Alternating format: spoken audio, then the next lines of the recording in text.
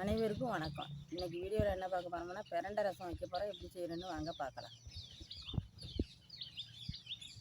அதுக்கு பிரண்டையை சுத்தம் பண்ணிக்கலாம். நான் வெறுங்கையால் சுத்தம் பண்ணுறேன்னு நீங்களும் பண்ணிடாதீங்க. இது எல்லாருக்கும் ஒத்துக்காத அரிக்கும்.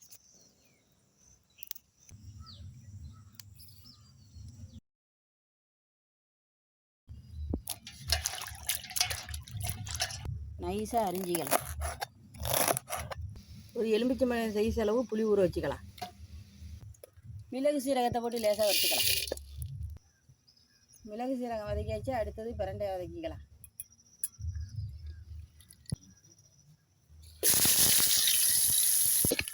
நல்லா பச்சை மாறுற வரைக்கும் நல்லா வதக்கிக்கலாம். நல்லா வதக்கிட்டு இறக்கிக்கலாம். மிளகு சீரகத்தோட பிரண்டையும் சேர்த்துக்கலாம். பிரண்டை, சீரகம், மிளகு, பூண்டு எல்லாத்தையும் வச்சு அரைச்சிக்கலாம். கரைச்சி வச்சுக்கிற புளி தண்ணி கூட தக்காளியும் போட்டு கரைச்சிக்கலாம்.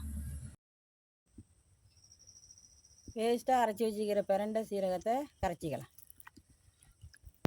போதுமான அளவு மஞ்சத்தூள் போட்டு கரைச்சிக்கலாம்.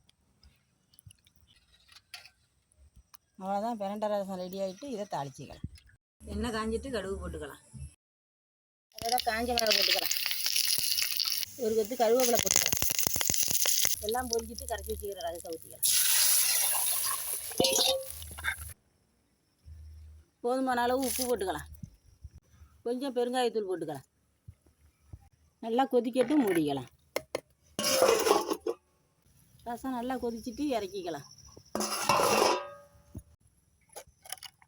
இந்த மாதிரி பிரண்டை ரசம் நீங்களும் செஞ்சு சாப்பிட்டு பார்த்துட்டு கமெண்டில் சொல்லுங்கள். இந்த வீடியோ பிடிச்சிருந்ததுன்னா மறக்காமல் லைக் பண்ணுங்கள், ஷேர் பண்ணுங்கள். சுதா சமையலுக்கு சப்ஸ்கிரைப் பண்ணுங்கள். நன்றி.